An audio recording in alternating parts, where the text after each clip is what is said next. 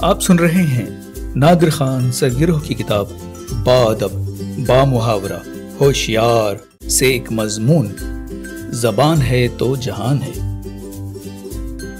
آج ہم زبان پر کچھ کہنا چاہتے ہیں۔ ہے نا عجیب بات، زبان سے یا تو کچھ کہا جا سکتا ہے یا کسی زبان میں کچھ کہا جا سکتا ہے۔ اگر ہم زبان پر کچھ کہیں گے تو آپ زبان پر حرف لائیں گے۔ بات جب زبان کی چل نکلی ہے تو کیا حرج ہے کہ زبان پر زبان درازی کی جائے؟ زبان کی بہت سی قسمیں ہیں، میٹھی، تیکھی، کڑوی، موٹی، کالی اور لمبی۔ جانوروں کی بھی اپنی زبان ہوتی ہے، پھر بھی ہم انہیں بے زبان کہتے ہیں۔ اگر ہمیں چینیوں کی زبان سمجھ میں نہ آئے تو کیا انہیں بے زبان کہیں گے؟ چین میں سب کچھ بنتا ہے، سب سے زیادہ انسان بھی وہیں بنتے ہیں، اور سب کے سب ایک جیسے۔ سب چینی صرف چینی بولتے ہیں۔ چینی زبان میں سے اگر حرف چیم یا چ نکال دیا جائے تو کوئی بھی چینی چینی نہ بول سکے گا، بولنا تو دور کی بات، وہ چوں بھی نہ کر سکے گا۔ ہاں، تو ہم بات کر رہے تھے جانوروں کی زبان کی۔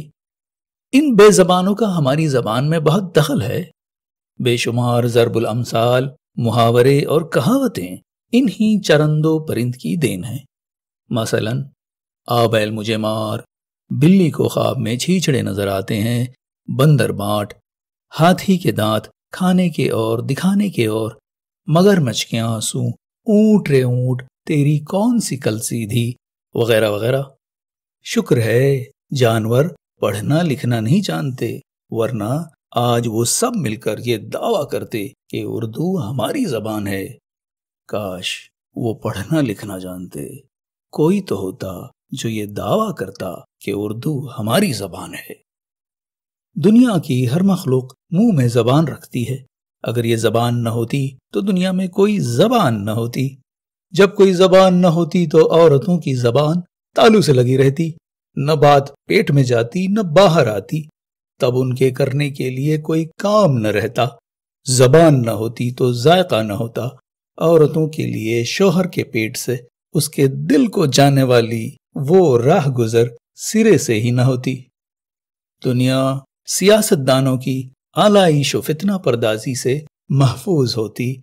بعض سیاستداں بھی عجیب ہوتے ہیں، بہت زبان لڑاتے ہیں۔ اب دیکھیں نا، اردو کو پنجابی سے لڑا دیا، تامل کو سنہالی سے۔ سب سے بھاری زبان ملیالم زبان ہے، پھر بھی مالاباری اسے دنیا کے کونے کونے میں اٹھائے پھرتے ہیں۔ بعید نہیں کہ وہ اسے اٹھا کر مریخ پر لے جائیں۔ ایک بار ہم نے اپنے کیرلا کے دوست سے پوچھا، ملیالم سیکھنے کا سب سے آسان طریقہ کیا ہے؟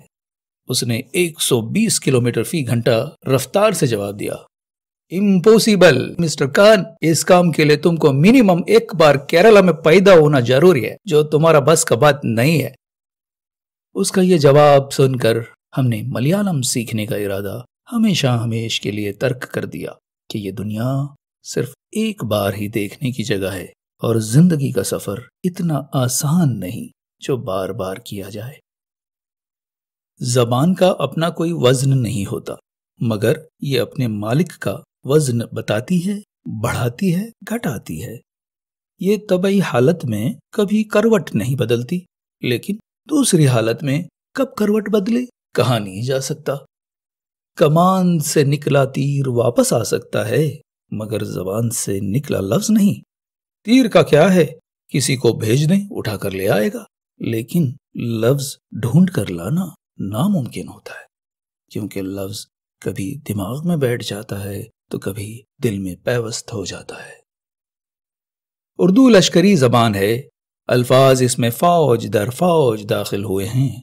یہ عمل آج بھی جاری ہے، بلکہ کثیر الاقوام افواج اس پر بظاہر قابض ہو گئی ہیں، اور اردو کے کچھ الفاظ جنگی قیدیوں کی طرح لغت میں قید ہو کر رہ گئے ہیں۔